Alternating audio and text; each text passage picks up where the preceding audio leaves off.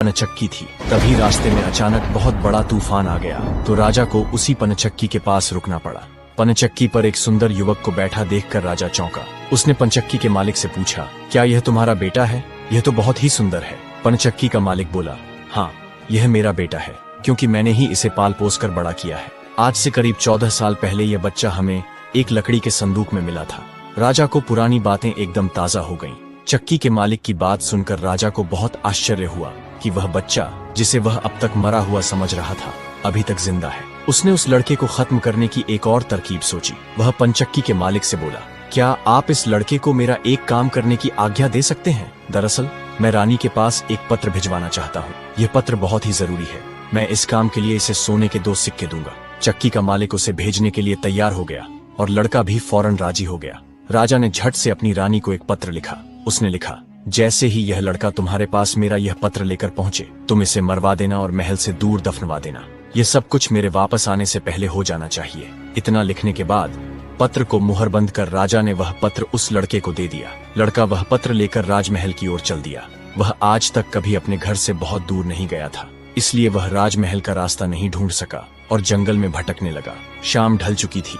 तभी उसे अंधेरे में दूर एक रोशनी दिखाई दी। वह दौड़कर उस रोशनी की ओर गया तो देखा कि वहां एक छोटा सा कच्चा घर था।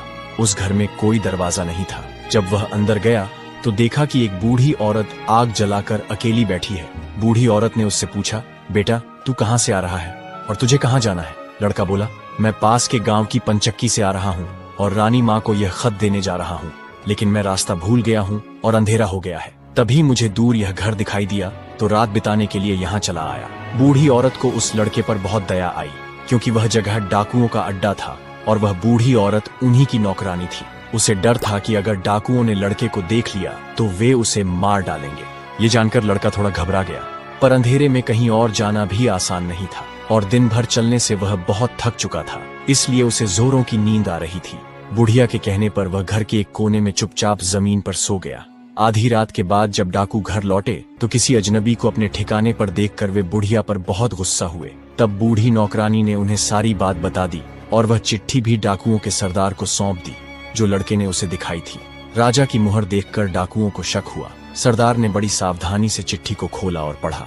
उसमें लिखा था कि जैसे ही यह लड़का रानी के पास पहुंचे, उसे मरवा कर महल से दूर दफनवा देना।